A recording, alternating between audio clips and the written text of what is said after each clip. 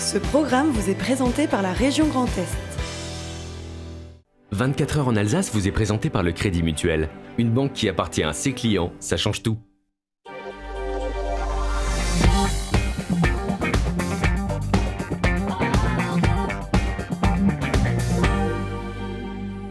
Bonsoir à toutes et à tous, installez-vous confortablement, c'est 24 heures en Alsace, une heure d'actualité régionale, 100% est garantie de 19h à 20h en direct tous les soirs de la semaine. On va parler d'un incontournable de la saison culturelle alsacienne. C'est reparti pour une saison de la revue satirique de la choucrouterie, ça s'appelle En Marche Attaque, toujours en français et en alsacien. L'un des auteurs et comédiens sera avec nous dans cette émission.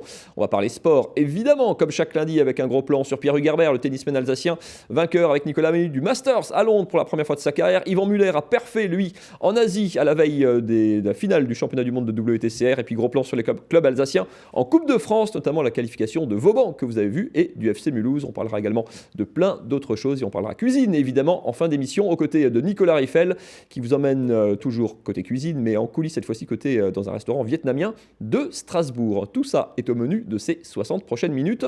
On commence bien sûr comme chaque soir par les infos. Le JT est présenté par Anna Britz.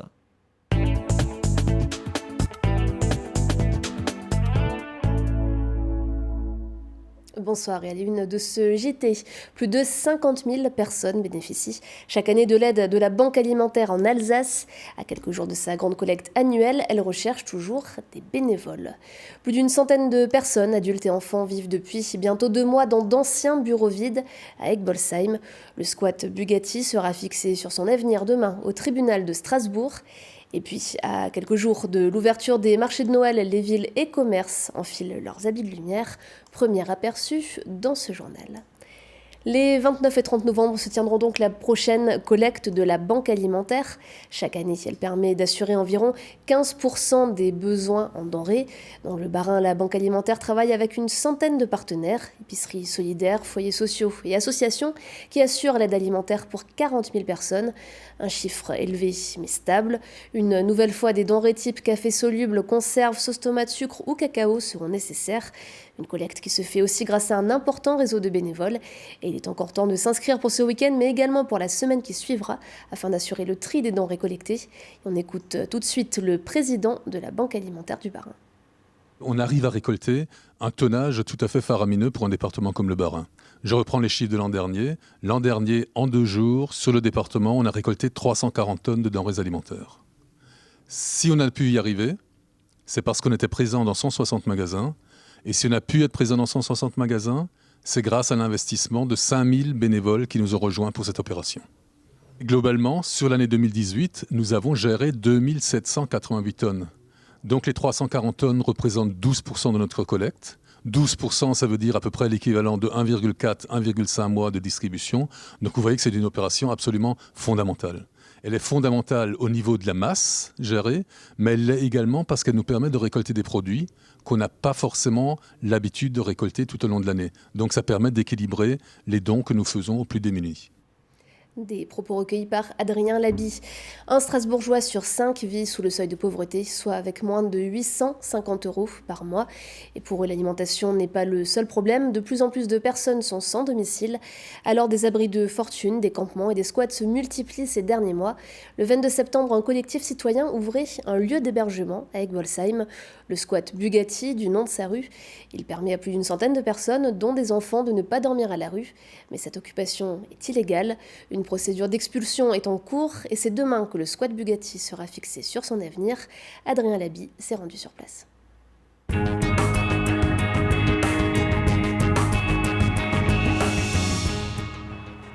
Inoccupé depuis 5 ans, ce bâtiment de la zone commerciale d'Egbolsheim reprend vie. Depuis la fin septembre, un collectif citoyen l'occupe illégalement. Son objectif, mettre à l'abri des personnes sans domicile. Depuis, ils sont 150 à avoir investi les quelques 2200 mètres carrés de bureaux. Malgré la menace d'expulsion, à l'intérieur, la vie s'organise. Alors là, en fait, on se trouve dans la cuisine qu'on va aménager. Donc, on a changé de place la cuisine puisqu'elle était en bas. Mais on a trouvé un espace un petit peu plus grand pour que les gens puissent y vivre un petit peu mieux, pouvoir cuisiner. On a des associations qui nous viennent en aide pour les invendus, etc. Donc on essaie en fait d'organiser des repas communs pour que ce soit un moment convivial en fait avec tous les résidents. Et donc voilà, il y a des gens aussi qui apportent leurs propres denrées. Donc il y a des cuisinières et des gazinières, etc. sur place. Donc les gens sont autonomes, mais on essaie aussi de mettre à disposition un lieu commun et puis un repas commun pour le bien vivre ensemble. Parmi les résidents, plus d'une trentaine d'enfants, le squat accueille de nombreuses familles.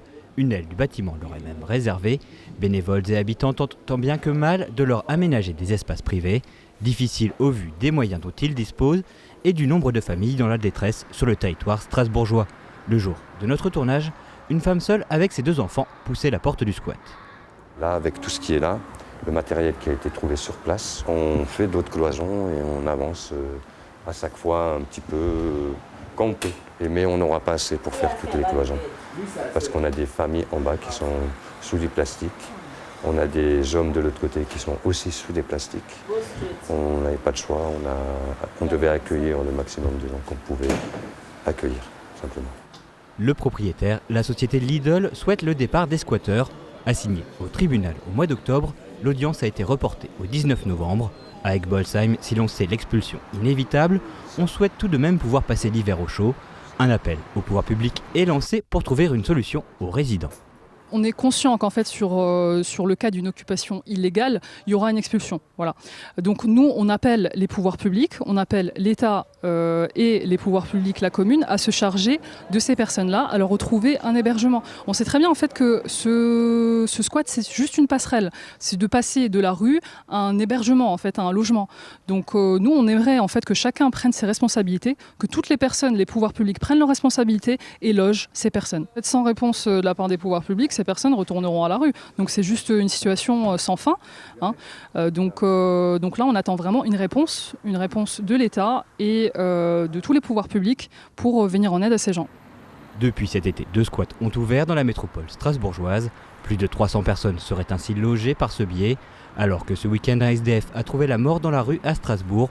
Au Bugatti, on souhaite plus que jamais que cet appel soit entendu. Et en bref, la neige a fait son retour en Alsace. Dans le sud du Haut-Rhin et dans les secteurs de Salles, du Donon et du Champ du Feu notamment, la circulation était difficile ce matin. Des chutes de neige qui permettent à la station du Markstein de prévoir une ouverture dès ce mercredi. De 9h à 17h, les adeptes de la glisse pourront profiter des pistes, mais pour une courte durée, car les températures devraient remonter d'ici la fin de semaine. Et puis, qui dit neige dit bien sûr bientôt Noël. C'est vendredi que la plupart des grands marchés de Noël d'Alsace ouvriront leurs portes. Et à 4 jours de cette échéance, les vitrines s'animent un peu partout et chacun rivalise d'imagination pour embellir les façades des magasins. À Strasbourg, si certains préparent les festivités de manière artisanale, d'autres font appel à des décorateurs et se renouvellent chaque année. Alors qu'ils soient adeptes des rennes, des ours ou des sapins, ou alors plutôt doré, rouge ou vert, quels sont les thèmes retenus cette année? Élément de réponse tout de suite avec les commerçants du centre-ville, Cécile Motz et Fanny Kunz. Traîneaux, rennes, crèches, ce sont des indémodables de la période de Noël. Et cette année encore, ils reprennent leur place. Pourtant, chaque année, certains artisans se démarquent et redoublent d'imagination pour faire rayonner Strasbourg, capitale de Noël. Ici, dans cette pâtisserie-chocolaterie, la pression est grande. C'est pour nous, je veux dire, on pourrait se contenter des vitrines, mettre 2-3 guirlandes et on s'arrête là. Non, c'est un moment de fête, on essaie de le partager et puis comme je l'ai répété, voilà, les gens viennent de très loin, donc il faut de l'émerveillement. Alors qu'il y a 35 ans, les décorations étaient faites maison, depuis plusieurs années, la pâtisserie Christian a décidé de faire confiance à un décorateur. En plus des fées et des boules colorées, cette année, les couleurs choisies, le blanc et l'or. Il y a les dessins qui sont sur les boules que vous voyez derrière, qui peuvent rappeler les dessins qu'ils font sur certains chocolats. Il y a quelques petits objets qui étaient déjà accrochés il y a des années en arrière. Mais tous les ans, il y a des objets différents. Donc on est en train d'accrocher sur la façade et il faut revenir un petit peu plus tard pour voir le travail terminé. Cette semaine, le ballet des nacelles où les installations de lumière battent leur plein. Dans le quartier du Carré d'Or, les vitrines s'animent et se terminent. Depuis plusieurs années, cette boulangerie troque les boules pour des bredel et fait aussi appel à un professionnel.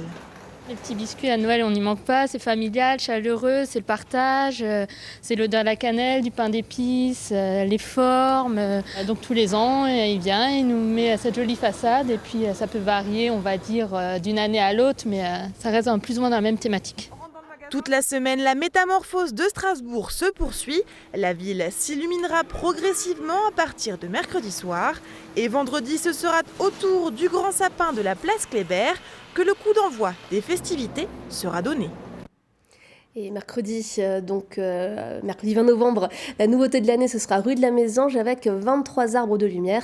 Et pour le reste de la ville, le sapin de la place Kléber, rendez-vous vendredi à partir de 17h30 en présence des chanteurs Chimène Badi, Baptiste Giabiconi et Anaïs Delva. En tout, 25 km de LED seront accrochés dans Strasbourg pour un budget de 600 000 €. Et on finit ce journal comme tous les soirs avec l'image du jour, Oliviane. Gageons que les ventes vont se multiplier à l'approche de Noël. Kids In, c'est un petit atelier au fond d'une cour strasbourgeoise qui revisite depuis 2 ans les tenues traditionnelles alsaciennes. Plus léger, plus actuel, plus facile à porter, tout en gardant les lignes et le sens qui en font sa particularité, l'Elsace Rock ou le gilet rouge pour les hommes deviennent tout à coup sympas et même branchés. Jetez un coup d'œil sur leur site ou leur page Facebook et vous craquerez peut-être aussi avant Noël. Voilà ce que j'aurais dû porter, Anna. On vous retrouve demain pour les infos. À demain, on accueille les invités de la deuxième partie de cette émission. Marine Zis, avec qui on parlera sport. Tout à l'heure, Sébastien Bizzotto, auteur et comédien de la revue satirique de la choucrouterie. Et Dan Haddad, avec qui on parlera sport et tennis, notamment dans quelques instants. Tout le monde s'installe tranquillement. La suite, c'est la météo de Célia. Prenez l'air à la maison en regardant la météo avec Blo. Purificateur d'air écologique fabriqué en France.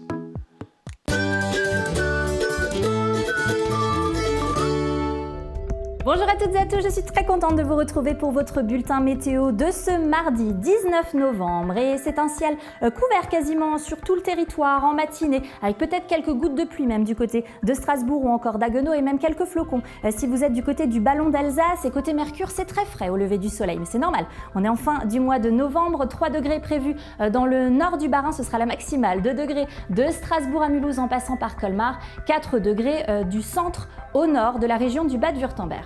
L'après-midi, c'est un temps qui s'améliore avec un soleil un petit peu plus généreux, toujours quelques nuages bas, mais rien de bien méchant, par contre quelques gouttes de pluie qui persistent du côté de Saverne et un peu plus de nuages du côté de Wissembourg ou encore de Karlsruhe. C'est encore de la fraîcheur au niveau des températures, 6 degrés prévus du côté de Saverne ou encore de Strasbourg, 5 degrés la minimale, ce sera pour Wissembourg et 7 degrés sur l'ensemble du Haut-Rhin. On passe maintenant à vos prévisions de mercredi avec une jolie journée en perspective, du soleil prévu sur l'ensemble de l'Alsace avec 7 degrés au meilleur de la journée mercredi après-midi. Mardi, nous serons donc le 19 novembre et nous fêterons les Tanguy. Le soleil se lèvera à 7h42 pour se recoucher à 16h45. On perdra encore 3 petites minutes de soleil. Je vous souhaite un excellent moment sur Alsace 20. À demain. Salut!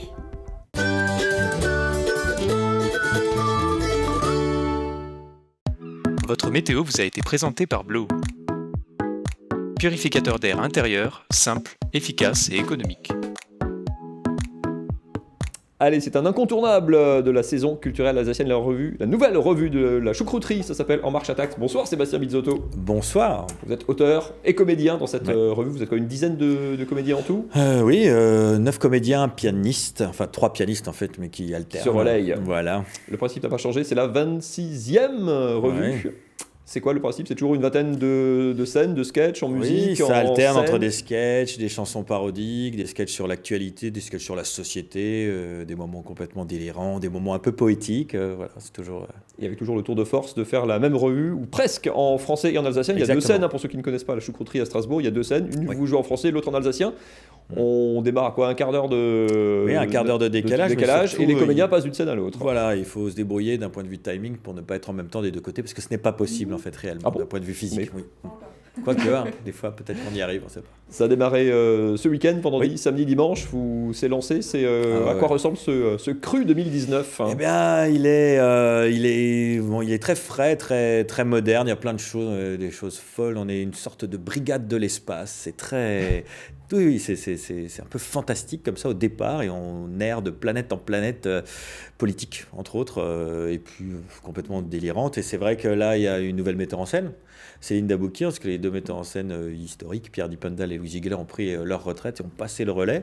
Et deux nouvelles chorégraphes, Fanny Georges et Justine Caspar. Et du coup, ça a donné un petit coup. Il n'y a que des femmes qui sont occupées de nous. C'était charmant, c'était très bien. Et ça a donné du peps aussi, un peu de nouveauté. Et puis, il y a plein de nouveaux auteurs là, qui sont venus se greffer. Donc, ça, c'est une revue qui dynamise. Alors, comme ça vient de démarrer, on n'a pas pris, on ne va pas vous dévoiler, on ne dévoile rien, il n'y a pas d'image de cette revue 2019. Il faut aller découvrir. Juste pour vous mettre dans l'ambiance, c'est parce qu'il y a encore peut-être un peu plus de politique que d'habitude. Élection municipale à venir oblige. Juste un incontournable. Dites-moi qu'il y a Guiris qui fait Gilbert Meyer. Ah oui, évidemment. Ouf. Allez, juste pour vous mettre dans l'ambiance, ça c'est un extrait du spectacle de l'an dernier. Guiris jouant Chili Bébert, alias le maire de Colmar, Gilbert Meyer. Et puis le chinois, c'est une belle langue, moi je commence à l'apprendre. Vous savez comment, par exemple, on dit un chien en chinois? Ah non. On dit waouh. Vous savez comment on dit pour deux chiens? Ah non. Ah waouh, ouais, mais c'est pas chinois. Vous savez ce qu'on dit d'un chien qui est à boire? Pas du tout. Qui n'est pas assez cuit. Monsieur Chili Monsieur Jingali, bébé, que cette renommée ne vous fasse pas perdre votre yin et votre yang. Sébastien Bizzotto, le tour de force, c'est que, enfin, c'est toujours une année de municipale, c'est forcément la politique, c'est du pain béni. Une année de municipale, c'est quoi? C'est encore mieux? Je sais pas si c'est encore mieux. En tout cas, pour nous, c'est souvent compliqué parce que là, ils sont tous déclarés hyper tard. Enfin, je parle de Strasbourg, évidemment. Gilbert Meyer, on sait qu'il se représente jusqu'en 2050, donc il n'y a pas de problème. Mais c'est vrai qu'à Strasbourg, là, ils sortent du bois petit à petit. Donc pour nous, c'est compliqué. On doit écrire des sketchs parce qu'on écrit pendant l'été. Alors on ne sait pas encore ce qui va se passer. On corrige des choses, mais souvent c'est assez excitant. Et puis pendant la revue, on se met à corriger des choses, parce que s'il se passe des choses dans l'actu, on améliore, on rajoute, on enlève. Bon, c'est assez chouette ça. Comment ça se passe pendant une revue de modifier des choses? Alors, parce que vous êtes quand même sur scène 5 jours sur 7. Ouais, 5 soirs par semaine, du mercredi au dimanche, ouais, tout à fait. Et quand il se passe quelque chose de vraiment, si d'un coup Alain Fontanelle décide de ne pas se présenter, dire finalement, en fait, la mairie de Strasbourg, ça m'intéresse pas du tout, je trouve ça nul. Et on sera obligé de faire au moins une ou deux allusions dans le sketch, parce qu'évidemment il apparaît dans un des sketchs. Je ne vais pas parler que de lui, on a aussi Jeanne Barzéian, Siamak, Agababaï, je parle pour ce. Ils sont plus durs à croquer les nouveaux politiques. Quand il y avait pendant longtemps, alors c'est pas tout à fait récent comme phénomène, mais quand il y avait des Robert Grossman, des Catherine Trautmann, c'était quoi? C'était plus facile, c'était plus des tronches, il y avait plus de caractère? C'est une bonne question. En fait, c'est surtout parce qu'on était plus habitués à eux. Alors évidemment, Robert Grossman, c'est un personnage, il nous a fait vivre pendant des années. Voilà, il fait vivre. Que ce soit la choucrouterie ou même les scouts, on l'a surexploité, on l'a surexploité, et peut-être même qu'il apparaîtra, qui sait. Cette année, on ne sait pas. Je ne peux rien dire. En guest. Mais c'est pas forcément plus difficile. Ce qui est difficile, c'est que les gens ne les connaissent pas encore assez pour les identifier tout de suite, donc il faut quasiment les présenter en même temps qu'ils apparaissent. Mais voilà, ça fait partie de l'exercice et ça se passe plutôt bien. Vous êtes, quand les cours de tennis vous laissent un peu de temps, vous êtes client de l'humour, de sketch, ou vous êtes la génération complètement internet je suis pas vraiment je suis pas vraiment un grand spectateur de théâtre, mais que ça m'est arrivé quand j'étais plus jeune d'y aller. Mais c'est vrai que quand j'ai du temps libre, je suis plutôt au cinéma, au film, à la maison. Les sportifs, Sébastien, les sportifs, le Racing évidemment, il y a toujours des incontournables. Cette année, vraiment pour ceux qui. Mais ils tombent trop bien, ça va un peu moins bien là. Mais non, mais disons que là, on évoque le fait qu'on peut pas tout dire dans les stades quand même quand on n'est pas d'accord avec l'arbitre. Et surtout, on a une chanson. Alors je veux pas trop dévoiler, mais je crois que rien que pour cette chanson, ça vaudrait le coup de venir voir la revue. Voilà. Pour la performance physique, oui. Voilà. Je ne dirais pas plus. Le succès de la revue permet aussi de faire vivre la salle, de proposer d'autres spectacles durant l'année. Oui, tout à fait, toute l'année. Alors, il y a la revue qui prend une grande partie, puisqu'on démarre là en octobre, et ça va courir jusqu'à fin mars, voire en avril, quand on fait des prolongations, ce qui arrive souvent. Et puis après, il y aura d'autres spectacles. Il y a Guiris qui a tout un projet autour de Karl Valentin cette année. Je ne connais pas tout le programme par cœur, mais c'est vrai que ça permet... il y a cette grosse machine qui est la revue, qui génère beaucoup de spectateurs, mais ça permet aussi de faire de la publicité pour les spectacles qui vont venir après. Il y en a plein qui ont été créés à la choucrouterie, et puis des fois des prises de risques qui ne sont pas forcément des gros spectacles d'humour, au contraire, pour amener les gens vers d'autres choses. Mais qui peuvent exister aussi parce qu'il y a ce navire amiral. Complètement. Vous n'êtes pas tout jeune, Sébastien Bizzotto, mais vous faites partie... c'est Roger Siffert qui va faire la promo, comme quoi il y a peut-être une passation de pouvoir est en marche. Comment on fait cohabiter comme des générations un peu différentes, des profils différents, des expériences, puis même des vécus de spectacles différents au sein d'une même revue. Comment on fait cohabiter tout ça? On s'engueule. Hein, non, pas du tout. Mais c'est vrai que comme on écrit des sketchs, après, on a tendance on les lit tous ensemble parce que finalement, quelque chose qui doit être joué sur scène, on peut pas juste l'avoir sur papier. Il y a un moment, il faut s'asseoir, le dire, bouger avec. Et puis après, même encore sur le plateau, quand on répète, il y a des choses qu'on coupe, qu'on rajoute, des blagues Donc chacun écoute les autres. Donc on se donne beaucoup de conseils. Et c'est vrai que l'expérience, je veux dire, Roger Siffert, c'est une carrière. Donc l'expérience, des fois, il dit cette fin là, ça va pas marcher. Il faudrait un truc on se met à chercher, on fait des propositions. Lui, il a une idée, d'autres. Donc c'est un travail quand même très collectif et donc toutes les générations apportent quelque chose parce que il y a évidemment des références que de jeunes auteurs peuvent amener, même plus jeunes que moi, qui peuvent amener que même moi je connaissais pas et du coup donc ça modernise par moment et puis ça, voilà, on arrive à trouver un équilibre qui touche tout le monde, surtout c'est ça qui est chouette. Ça s'appelle En Marche Attaque, c'est du mercredi au dimanche au théâtre de la Choucrouterie à Strasbourg. On peut prendre ses places sur internet notamment. Dépêchez-vous, ça part souvent très vite. Ouais.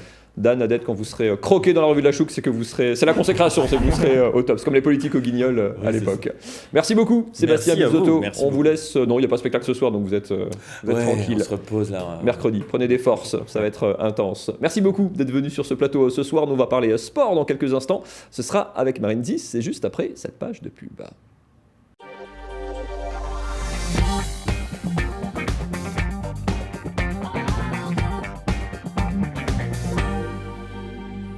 Et tous les lundis soirs, on parle sport dans 24 heures en Alsace. Ça s'appelle Top Sport et c'est avec Marine Zis.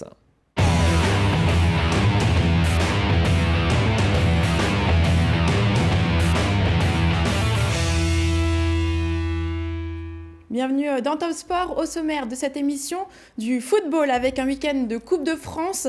Quels clubs alsaciens sont encore en lice? Réponse dans quelques instants. Et puis du basket aussi, les clubs professionnels du Bas-Rhin ont cartonné ce week-end.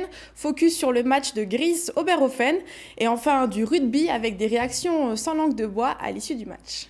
Il y a des mecs qui ont des putains de couilles dans ce club. Et puis voilà quoi, des grosses couilles et de l'envie. Bonsoir, tout va bien? Et ben voilà, ça c'est sans langue de bois. On ne sait pas les footballeurs qui parlent comme ça. Comment vous voulez rester sérieux après ça? Et on parlera tennis avec Danadad. Bonsoir. Bonsoir. 21 ans.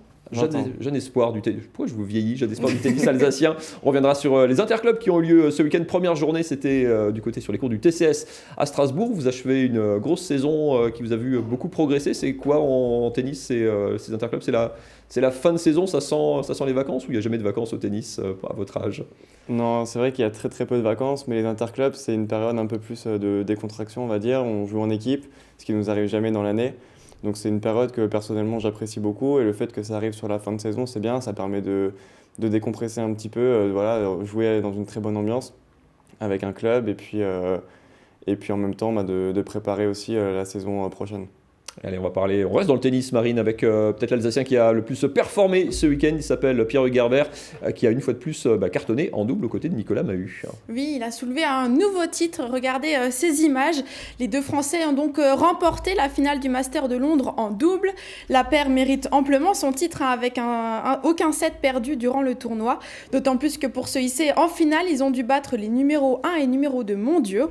Le titre est pourtant presque étonnant lorsqu'on sait que les deux joueurs ont peu joué ensemble cette saison. Au printemps, Pierre Hugerbert annonçait vouloir privilégier sa carrière en simple. En août, la paire se retrouve à l'US Open et se fait éliminer au premier tour.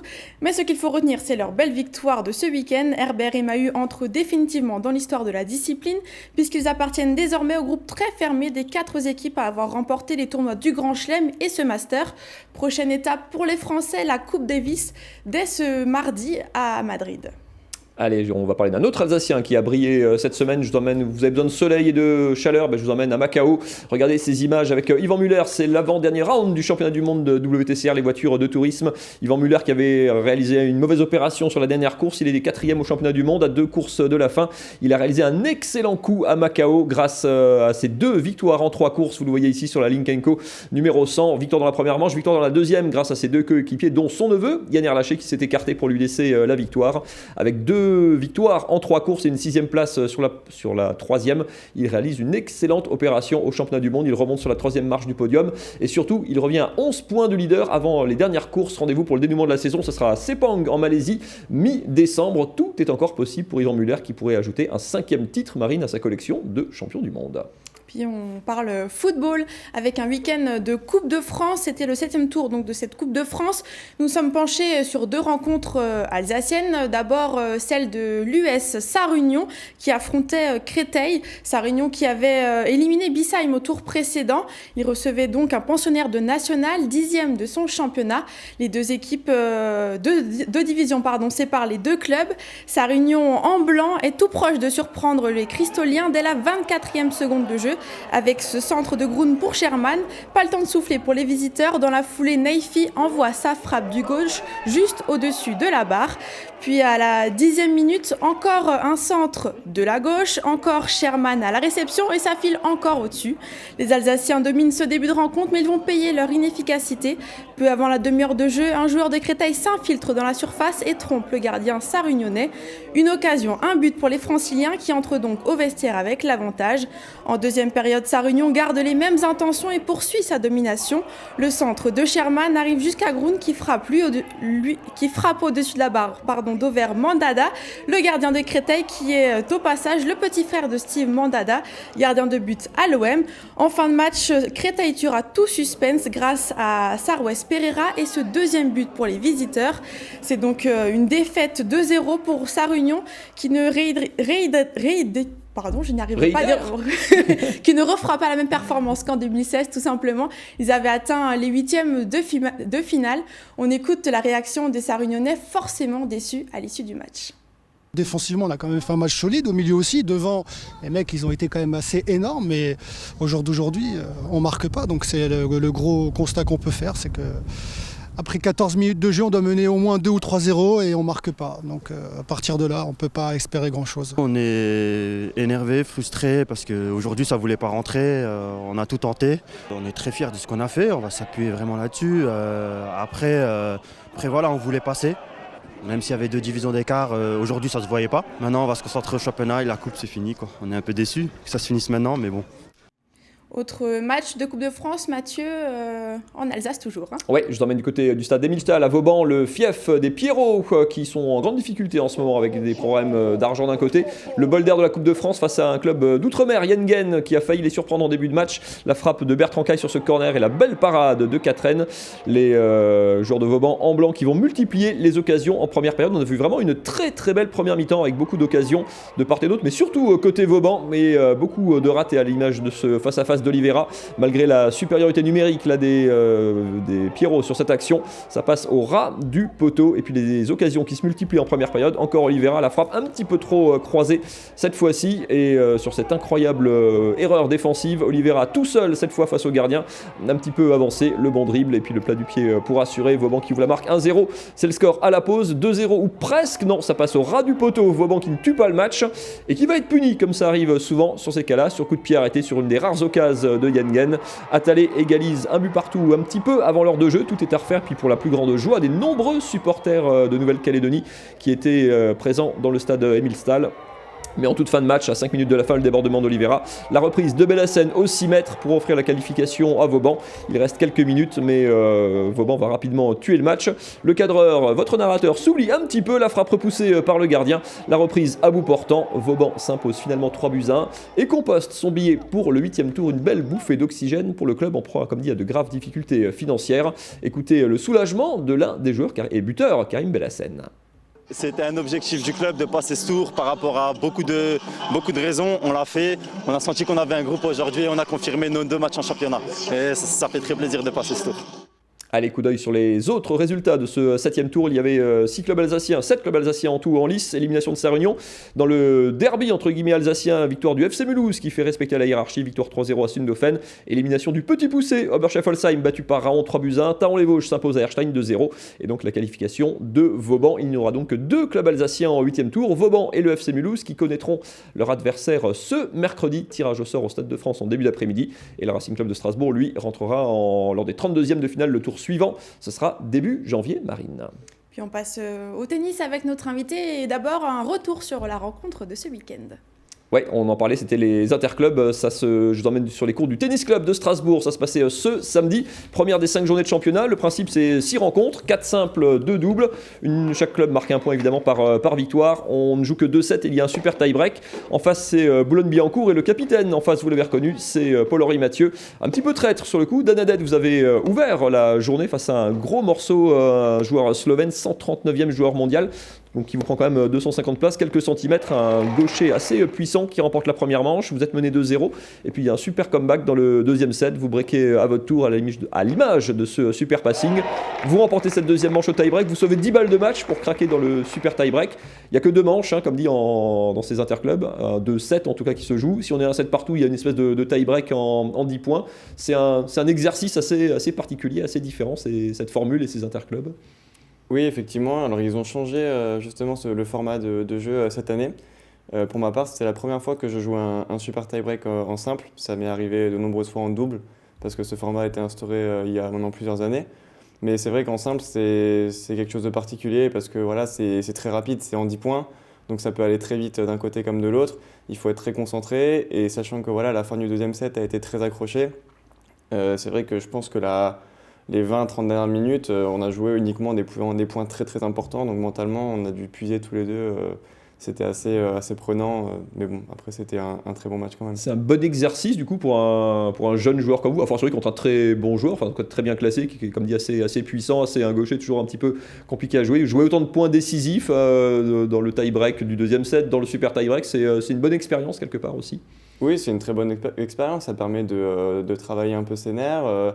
Après, voilà, quand je joue en plus contre un joueur aussi bien classé, je sais très bien que j'ai pas le droit à l'erreur, donc il fallait que je sois très concentré, que je joue ma chance aussi à fond. Après, malheureusement, notamment au troisième set, j'ai tout le temps fait la course en tête, ce qui a fait aussi un petit peu la différence, c'est que voilà, il a toujours été devant et moi, pour ma part, j'étais voilà, tout le temps dos au mur, donc un petit peu plus de pression, moins le droit à l'erreur que lui. Alors vous êtes actuellement 385e au classement mondial. La question c'est est-ce qu'on peut gagner sa vie à ce niveau-là au tennis? Je vous propose avant de me répondre de regarder un petit extrait. On vous avait rencontré début septembre lors d'un tournoi futur à Mulhouse. On regarde ça et puis on en discute après. Si j'avais ce niveau à cet âge-là au foot, je pense que je serais déjà presque riche. Alors ça veut dire quoi? Qu'on ne vit pas trop du tennis à ce niveau-là ou pas encore super bien? Non, disons que oui, on ne peut pas en vivre pleinement. Voilà, moi j'ai 20 ans, je suis 385e mondial et si je devais m'assumer entièrement, ça serait compliqué. Donc là, je vis toujours chez mes parents, donc ça m'évite quand même de payer un loyer, etc. Mais voilà, seul à ce niveau-là, ça serait très compliqué puisqu'on a beaucoup de frais. Que ce soit nos frais à nous, les frais de notre entraîneur, ça demande beaucoup d'investissement. Pour des semaines, des fois, voilà, c'est des revenus qui sont assez maigres comparé à tout ce qu'on a dépensé. Quel bilan vous faites de cette année 2019 qui n'est pas tout à fait finie, mais en tout cas pour la partie, on va dire, en simple, en individuel, quasiment. Il y a eu pas mal de victoires en double, il y a eu une progression en simple, en termes de jeu, en termes de classement. C'est une bonne année, c'est une marche de franchie. Ouais, ça a été une année plutôt correcte. Je suis quasiment dans mes objectifs. J'avais des objectifs très élevés en début d'année, qui était d'atteindre la 350e place mondiale, sachant que j'ai redébuté l'année non classée puisqu'ils avaient réformé le circuit ATP. Il en manque 30, on rappelle, vous êtes 385. Voilà, donc il en manque une trentaine. J'ai fait une année plutôt complète.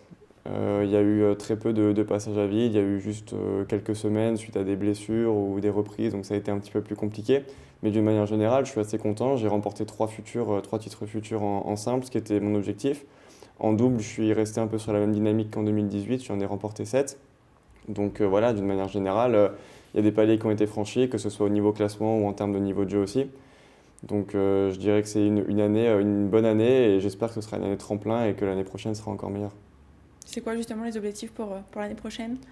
Donc les objectifs, ce serait sur la première moitié de saison de pouvoir intégrer rapidement uniquement les tournois Challenger, qui sont les tournois de catégorie supérieure.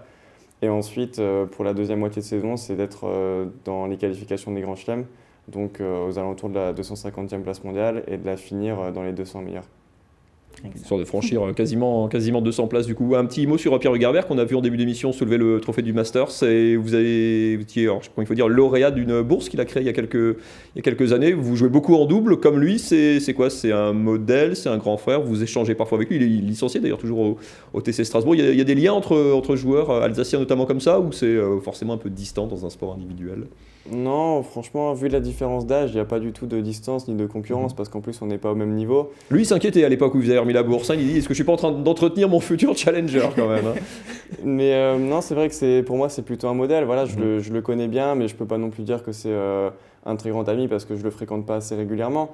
Mais voilà, c'est quelqu'un dont je m'inspire beaucoup. J'ai eu la chance l'année dernière de partager une semaine d'entraînement avec lui en Suisse. Ça a été vraiment super. Il m'a donné des conseils, il m'a donné son avis sur beaucoup de choses me concernant aussi. Et voilà, comme vous l'avez dit, c'est vraiment un modèle.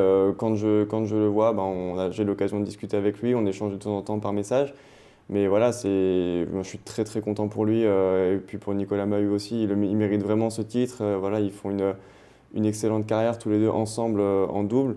Donc voilà, je suis extrêmement heureux pour lui et voilà, j'espère vraiment avoir la même carrière que lui. On continue de parler tennis avec vous, Danadette, dans quelques instants. Pardon, on va parler basket. Marine, vous nous emmenez du côté de Gris, où deux clubs alsaciens se portent plutôt bien, voire très bien en Pro B. Oui, Gris qui affrontait Évreux. Et puis le premier quart-temps était plutôt équilibré entre les deux équipes. Regardez ces images. Donc Gris qui recevrait Évreux, Gris en vert, qui parviennent à distancer Évreux dans les 10 minutes suivantes. Donc dans le deuxième quart-temps, ils mènent donc 48-37 à la pause. De retour des vestiaires, sans être très tranchant, le BCGO continue pourtant sa marche en flirtant avec toujours 10 points d'avance, grâce notamment, vous voyez à l'image, à Kevin Dinal. Gris mène 63-53 à la 27e minute de jeu, mais Évreux revient tout près à la fin du troisième quart-temps, 66-64, et il passe même devant de 2 points à 8 minutes de la fin. Heureusement, Gris peut compter sur son trio espagnol, alors que vous le voyez à l'image, Joseph Franch, ils ont marqué 53 points à eux 3. La fin de match est serrée, il reste quelques secondes à jouer, Gris mène de 4 points.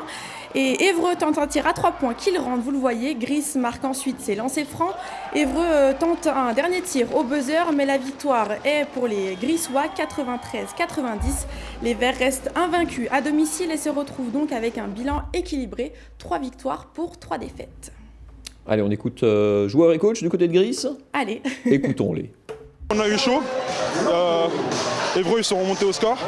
Ils ont mis la pression, mais au final, on a su tenir coup et on a été lucide jusqu'au bout. Et franchement, ça a été une grosse victoire ce soir. Ouais. La victoire, c'est bien, mais la manière, je pense qu'on peut faire beaucoup mieux avec le potentiel de l'équipe.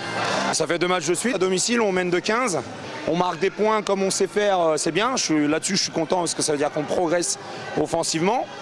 Mais d'un seul coup, notre niveau d'intensité n'est plus le bon, notre niveau d'agressivité n'est plus bon et il va falloir corriger ça assez vite parce que sinon, à mon avis, ça va nous coûter pendant la saison.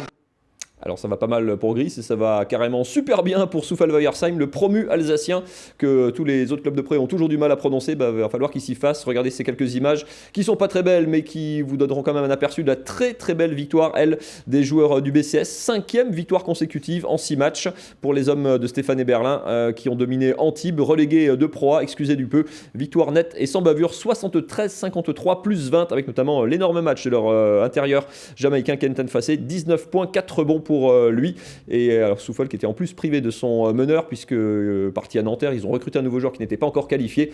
Tout va bien en tout cas pour le BCS qui est tout simplement co-leader de cette Pro B. Le promu n'arrête pas d'étonner. Et puis des petites nouvelles de la SIG qui s'est remis un petit peu d'aplomb grâce à sa victoire sur Chalon samedi soir au Rhenus et qui a annoncé cet après-midi la signature d'un nouveau meneur américain, Scotty Reynolds, un meneur donc américain de 32 ans en provenance de Larissa en Grèce qui joue en Europe depuis 2011. Qui pourrait être qualifié déjà pour ce mercredi. La SIG qui reçoit en Ligue des Champions Panevėžys, l'équipe lituanienne dernière du groupe. Il faudra s'imposer pour les Alsaciens qui seront en déplacement marine du côté du Mans ce samedi. Puis on passe au rugby, on attend avec impatience ces fameuses réactions d'après-match, Mathieu. Vous avez fait rêver tout l'après-midi. Allez, je vous emmène sur le crunch, les 2 meilleures équipes alsaciennes qui sont en Fédéral 3, qui s'affrontaient ce dimanche du côté d'Ilkirch. Les images de Vincent Bessières, beaucoup de monde dans les tribunes. Depuis 3 ans, les 2 équipes sont en Fédéral 3. Depuis 3 ans, Agno gagne tous les derbys. Agno en bleu qui ouvre la marque, qui marque un essai après 3 minutes de jeu seulement. Ça marche bien pour les Agnoviens qui mènent 10-0. Ilkirch qui revient dans le match en fin de première mi-temps grâce à cet essai de Grandu. Et puis ça s'échauffe en deuxième mi-temps. L'obscurité tombe, mais les cartons jaunes tombent aussi. 3 cartons jaunes de chaque côté. On n'a pas beaucoup joué à 15 contre 15. Et les occasions se sont multipliées pour Agno qui est toujours mené 5-10 et qui essaye de revenir. Ça ne passe pas jusque dans les toutes dernières minutes. On est au-delà des 80 minutes. On est à 80+8 quand Thomas Baud vient aplatir cet essai sur la toute dernière action du match. Liès évidemment dans les tribunes, mais l'essai c'est pour égaliser à 10 partout. Pour l'emporter, il faut passer la transformation. Le job est fait par Lucas Moussa malgré la grosse pression de tous les joueurs agnoviens. Ça passe entre les perches, 12-10. Première victoire du Kriek dans un derby contre Agno depuis 3 ans. Et ça marche bien pour les deux clubs alsaciens qui sont, surtout Ilkirch du coup, qui fait un petit bond au classement, qui se retrouve dans les 4 premiers, avec toujours l'espoir ou l'ambition de jouer les phases finales en fin de saison. Et les réactions au rugby, et ben après un derby, ça donne des choses magnifiques. Ouais, je crois que c'est la victoire de tout un club. Ils nous ont encouragés comme des dingues. Et ensuite, y a des mecs qui ont des putains de couilles dans ce club. Et puis voilà quoi. Des grosses couilles et de l'envie. Ah, enfoiré. Voilà. Autre chose ? Vous avez mis fin à cette série de défaites contre Agno, c'est important pour vous ? Ouais, très important. Non, très important. On avait à cœur de faire une belle prestation. Malheureusement, en fait, les mecs en face, ils étaient forts, ils avaient envie autant que nous. Et puis, ça a mis beaucoup de temps à se dessiner. Mais bon, on va y arriver. Je souhaiterais qu'il y ait toujours autant d'aussi belles réactions, en tout cas à chaque week-end, Mathieu, si c'était possible. Ça vous fait rêver, hein, c'est magnifique. On retournera au rugby du côté des derbys et d'Agno et puis des autres clubs alsaciens. Allez, on va finir cette émission en parlant tennis avec notre invité Dan Haded. On se projette sur le juste petit rendez-vous. D'abord tennis, les interclubs ça continue. Il y avait un match samedi, vous avez fait match nul donc 3-3 contre Boulogne-Billancourt. La suite c'est ce mercredi. La suite c'est ce mercredi, toujours au TC Strasbourg et c'est contre Villa Primrose, donc un club de Bordeaux. Vous repartez en simple et en double à côté d'Albano Olivetti, a priori. Pour le double, on ne sait pas trop parce qu'on peut mixer les compositions, mais généralement, je joue toujours avec Albano. Oui. Quelle place justement vous laissez au double ? Vous avez remporté vous-même 19 titres et 12 aux côtés d'Albano Olivetti. Voilà, quelle place a le double pour vous ? Ça a une place importante parce que ça m'a beaucoup fait progresser depuis que je suis petit. C'est quelque chose que je joue à fond depuis que je suis petit. J'ai des souvenirs à 10 ans, 11 ans de jouer déjà des Coupes de France, de jouer des finales. Et c'est vrai que c'était pour moi une fierté d'être en finale d'une Coupe de France, même si c'était que du double.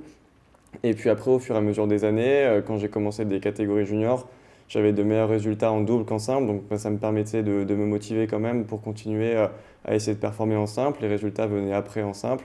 Ça a été pareil sur le circuit professionnel. D'abord, j'ai performé en double, puis après un peu plus tard en simple.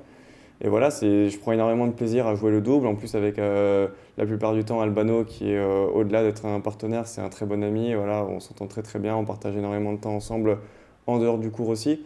Donc ça a une place importante dans ma carrière tennistique.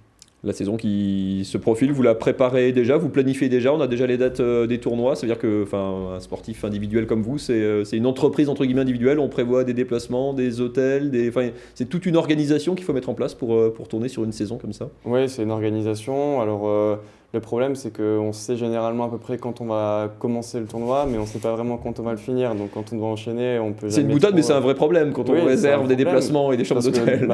Du coup, on réserve les billets quand on part en avion, on réserve les billets aller, mais le retour, on le prend toujours la veille, une fois qu'on est éliminé ou quand on a fini le tournoi.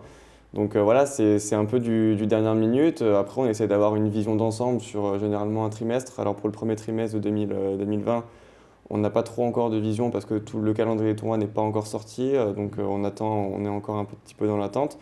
En tout cas, pour la fin d'année, ça va être une grosse période d'entraînement sur Strasbourg, éventuellement un stage un peu autre part d'une semaine, mais il va y avoir une grosse période d'entraînement et je sais que je vais reprendre la compétition à peu près à la mi-janvier normalement.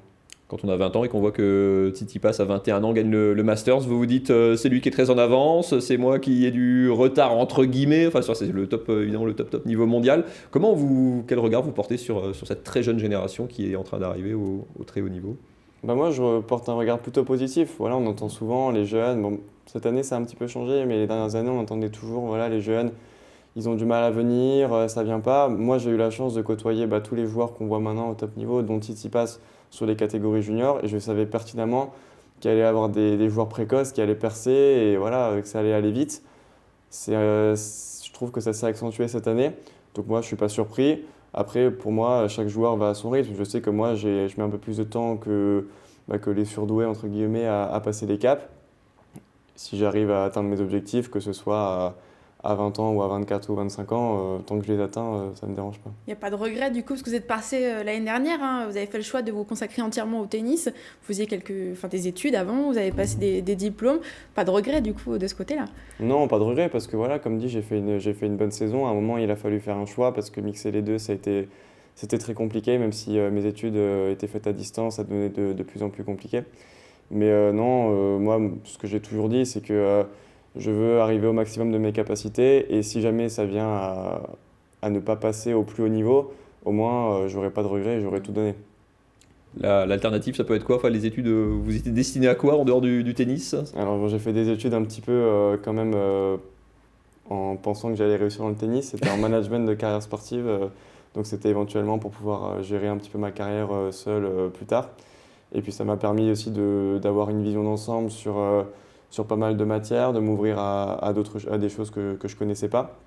Après, voilà, j'avoue que j'ai pas vraiment de plan B pour le moment parce que j'envisage pas tout pour le haut niveau. Mais on va croiser les doigts, ça va marcher en 2020. Merci beaucoup, Danadet, d'être venu en tout cas sur ce plateau ce soir. On suivra évidemment et puis le rendez-vous mercredi sur les cours du TSC Strasbourg pour le match contre Bordeaux. Merci beaucoup, Marine. On retrouve lundi prochain. On va parler à cuisine avec Nicolas Riffel pour clore cette émission, cuisine vietnamienne en l'occurrence.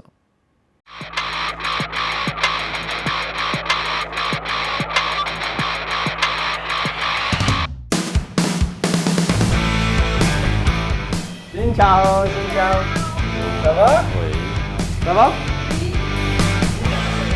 Alors ma première question elle est très simple d'abord. C'est quoi ces masques? Donc ça c'est les masques qui viennent du Vietnam du Nord. On fait les décorations dans tout ce qui est dans le théâtre, tout ça. Alors la cuisine vietnamienne dans sa généralité c'est quoi? Ouais, c'est une cuisine qui est assez cosmopolite.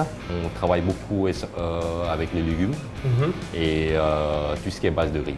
D'accord. Voilà. Donc après dans ce restaurant, c'est là qu'on a revisité un peu nos différents types de cuisson. On a un four vapeur sèche, c'est une cocotte minute. Donc c'est une cuisson accélérée. D'accord. Qui va 20 fois plus vite pour éviter de casser la matière dans les aliments. C'est-à-dire que chaque fois on fait ce type de cuisson, ça garde plus qu'un nutriment et des vitamines. D'accord. Voilà. Ok, donc une cuisine aussi saine. Voilà. C'est ça la cuisine vietnamienne, non? Ouais. Alors en spécialité au Vietnam, les plats traditionnels c'est quoi? On mange beaucoup de riz et la viande de porc et tout ce qui est des épices, la coriandre, curry, curcuma, tout ça. Voilà. D'accord. Alors pour la petite histoire, il me semble que toi, ton métier, c'est pas du tout la restauration. Non, moi j'étais technicien cadre dans l'industrie. Ouais. Donc, comme ma femme est cuisinière depuis 2001, donc ma femme voulait créer un restaurant et j'ai dit je vais créer un concept cuisine asiatique, mais faire devant les clients en cuisine de rue vietnamienne. D'accord. Voilà. Donc ici maintenant, la particularité de Maïs, c'est quoi du restaurant? Donc, particularité, c'est qu'on fait cuisson saine, beaucoup plus saine, parce que ce qu'il y a, c'est comme c'est notre troisième, donc j'ai pensé que les gens de nos jours, on mange, on fait plus attention à tout ce qui est la matière dans ce qu'on mange. C'est-à-dire qu'ici, on cuit beaucoup plus sainement, beaucoup moins d'huile, beaucoup moins de graisse, on cuit énormément avec four vapeur. Et après, il y a un four haute température qu'on travaille aussi avec pour cuire, chauffer tout ce qui est des nems. Donc c'est très très haute température qui monte jusqu'à 225 degrés. Donc le nem il sort croquant et pas gras du tout. D'accord. Donc du coup c'est Hong qui s'occupe de tout en cuisine. Voilà, c'est ça. Donc le matin elle est en cuisine, l'après-midi elle est en cuisine. Voilà, avec une nette cuisinière. Alors, qu'est-ce qu'on va préparer ensemble? On va préparer les golos de printemps. Ok. Tu me montres comment on fait? Oui. Alors on commence par quoi? Il faut tremper les galettes dans le... C'est des galettes de quoi? Galettes de riz. Ok. Dans l'eau tiède. Et on va mettre les légumes. D'accord. Et ça c'est originaire... Vietnamien. Vietnamien, vraiment? Oui. Rouleau de printemps, ça vient de Vietnam. Là, un peu de coriandre. Oui, un peu de coriandre. Et je vais mettre la mangue, tous les légumes comme vous voulez. Après, je vais mettre les crevettes. Très beau, hein? Et après, on met les vermicelles ici. Ok. Je commence à gouler. Ouais. Donc là, c'est une étape importante, c'est ça? Oui. Le goulo printemps de hương. C'est beau, c'est rapide.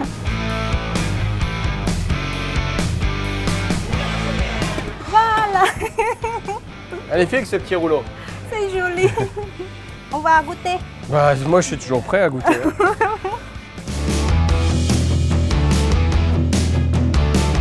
Et quel plat tu vas faire? Vermicelle aux crevettes. Ok. Avec vermicelle de riz. Ça, D'accord. c'est vermicelle de riz. Alors après, tu mets quoi Voilà. dedans? On va mettre des salades. Il y a toujours beaucoup de fraîcheur. Hein. Oui. Un peu de soja. Ça, c'est les concombres, oignons rouges marinés, carottes marinées, coriandre, un peu de feuilles de menthe. On va mettre un peu de cacahuètes, un peu d'oignon frit. On va cuire les crevettes. J'ai mariné un peu de la sauce. Donc ça, c'est quoi? Ça, c'est la sauce que j'ai faite. Je mélange avec D'accord. le l'ail, sel, poivre. On va mettre dans le four. On cuit pendant 1 minute, ça cuit. Waouh! Et ça cuit. C'est terminé là? Oui, on va manger avec une sauce de poisson.